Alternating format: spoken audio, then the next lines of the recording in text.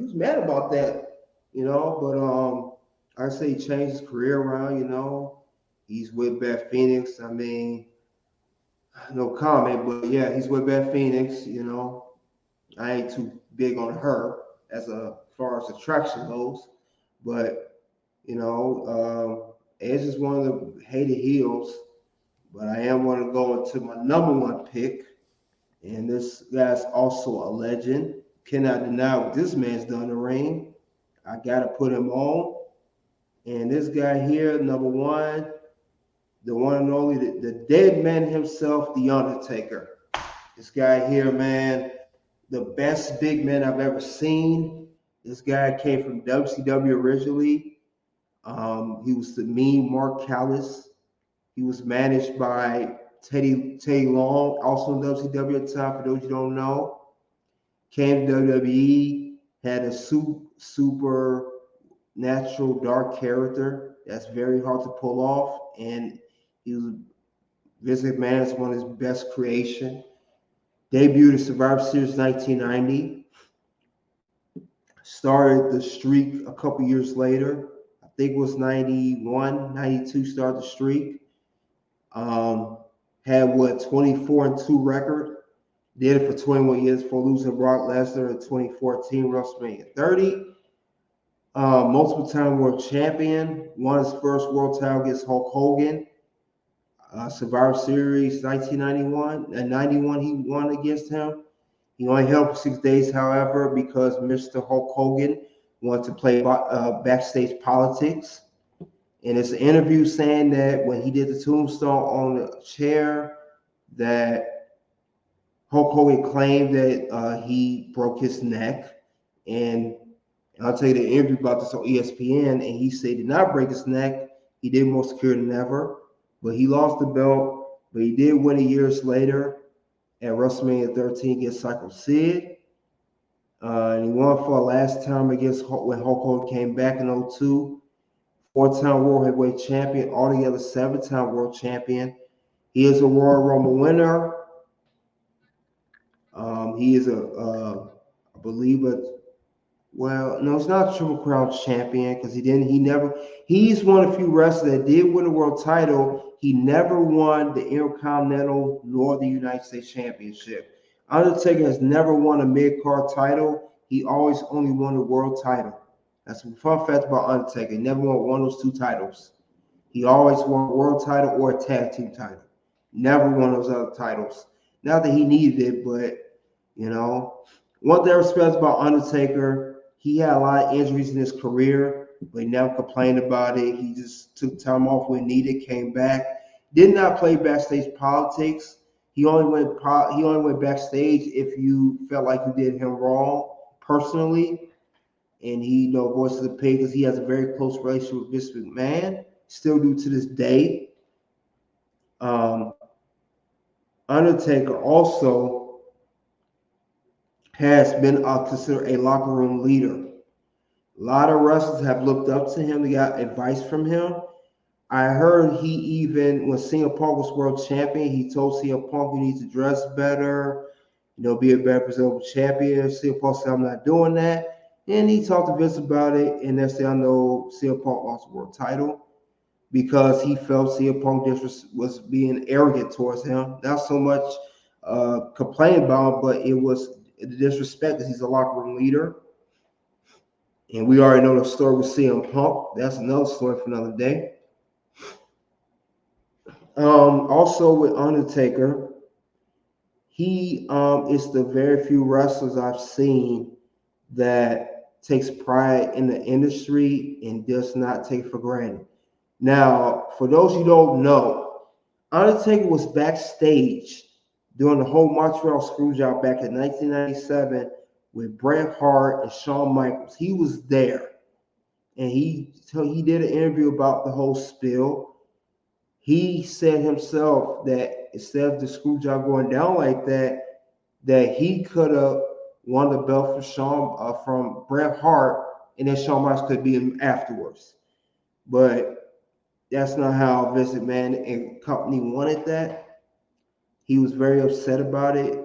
Now, Shawn Michaels try to play backstage politics again when Stone Cold was supposed to win the world title at WrestleMania 14. They said Shawn Michaels didn't want to drop the belt, and Undertaker said that he took him, alleged now, took him backstage saying, if you don't drop that belt to Stone Cold, you pull this Montreal screw job, tonight's not going to end well for you. I'm going to kick your ass. That's what he told Shawn Michaels, I've heard. And Shawn Michaels did drop the belt to Stone Cold because he knew better not to mess with the dead man. He just shows great poise in the ring. The character, what I like about Undertaker, he not only he's the dead man, he modified this character so much. He was the dead man with purple boots at first. Then he later on became American Badass, rode the bike, and then later he modified again. He became Big Evil, which was the heel version of the biker character. He wore the shirt Big Evil, cut his hair, still rode the bike. Then he did that for a little bit. Then he reverted back to the dead man persona. And then I think that's when he stayed that character pretty much. Right before he retired, he did a little bit of the American Badass again, but a little bit himself in it. He always changed with the characters. If you notice over the years, when Undertaker first debuted, his move was choke slam, tombstone, choke slam, tombstone. Later on, he also did that power bomb, which is the elevated power bomb. He did that later on, and also a submission move called the Hell's Gate. Those moves he evolved later on in his career. And I believe his best body peak position was 2007. Now that's when he won the Royal Rumble. He had a great feud with Batista, and he put on great matches. They had the Last Man Standing match at Backlash. They had the WrestleMania match. Then he later had a feud with Edge later in 07. And I think at that point, Undertaker was 42 at the time. He still was going. He had a lot of surgeries, but he still had put on great matches in his career later on. So I like that about Undertaker. He has a nice wife, Michelle McCool. Nice family. This dude I think he's 50, 56, 57. This man still having babies. He just had a son, I believe, like a little baby. Now his daughter, he has with Michelle Cool's like 10 years old. He just had another son. I said, Undertaker, man, you're a granddad at this point. Having all these babies your age, you need to stop that. Should be a granddaddy, not a daddy still, but he's his own man, can do what he wants. Gotta put my spill on that. But other than that, Undertaker it's no words to describe this man's career. I mean, he's the very few wrestlers that did not need a world title to make it a main event. Undertaker himself and the streak was a main event. The streak was bigger than the world title. When they made the streak a thing later in 2005 against Randy Orton, that streak was bigger than any world title. That's how big it had gotten. And then Undertaker himself, he makes the title. He's the definition of I make the title will make me. He was bigger than that. He made it a main event, and I don't see many wrestlers doing that these days. They got to have a world title. He didn't need a world title. If Undertaker wanted to, could have won the title 10, 12 times. He didn't need to do that because he's the Undertaker. His character says it all. The modification, the growth of the character, the development of the character, the storylines. I love the storyline. He had great stable with his brother Kane. They had great stable. Brothers of Destruction. Now that's one of the legit tag teams, more stable, but they had great chemistry. I also liked when he feuded with Kane as well. And 2 WrestleManias he fought Kane at. They lately had a good feud where Kane was the world champion, and he had 2 or 3 matches with Undertaker back in 2010. But one thing I do not like that Undertaker did, I think he should retire sooner than later. Now, he's kind of like Triple H. Later on, his matches weren't the best not because he's not a great wrestler, because his injuries prevented him from having a great stellar match. Now, maybe you guys don't know, Super Showdown 2019 or maybe 18. He had a match with the Bosch King Goldberg. Goldberg did a jackhammer and dropped this man on his neck, damn near killed him, could have broke this man's neck. Now, aside from that, that match was horrible. If they weren't for that box, that match, Undertaker was moving slow, he was sluggish, he was off beat, he couldn't do anything right. And then he had the WrestleMania match with Roman Reigns at WrestleMania 33, and that match was also terrible. He was just out of touch, out of sync. He was not the Undertaker that could move and go. That I mentioned that was in 2007. He should have retired then. And I just hated that he went all those extra years to wrestle to have the last match with AJ Styles, the Boneyard match at WrestleMania 36. He should have retired shortly after Shawn Michaels retired. Because that's when his matches started to get sluggish and slow and everything.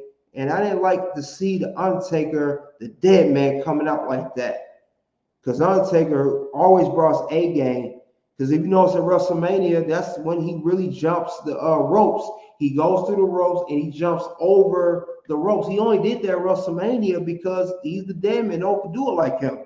Of a big man, like I mentioned earlier, he's the only big man that can jump like that, on a consistent basis. But other than that, Undertaker, his career was, like I said, stellar. He's my favorite wrestler, man. I mean, he does the choke slam the best, the tombstone the best, better than Kane, better than Big Show, better than all them guys. I mean, he perfected that move. I mean, there's no WWE without an Undertaker. When you think of WWE, you gotta think of Undertaker. Besides The Rock, Stone Cold, Triple H, Edge, and John Cena, Randy Orton, you gotta think of the Undertaker. He's one of the pillars.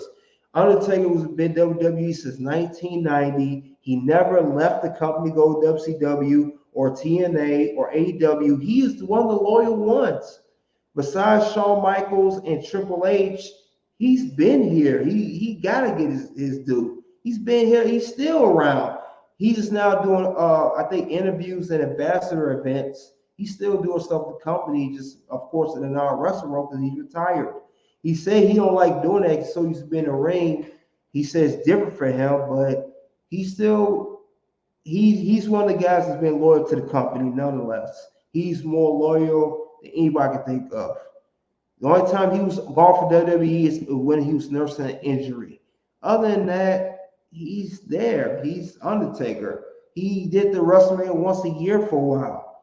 I mean, this man, I don't know if y'all know, Undertaker has a wrestling ring built in his house. That's how much he loves the business. He used to train in that wrestling ring in his house to get ready for his once a match WrestleMania year at the time. I mean, this guy, legend, man, Hall of Famer, you name it. He deserved everything he get, all his big contract, everything. His dudes deserve it. There's no WWE Undertaker. And that's my favorite wrestler of all time. That's my number one pick. You guys let me know what y'all think about that. Man, Undertaker is definitely in my top 5. He is one of the best, the most historical characters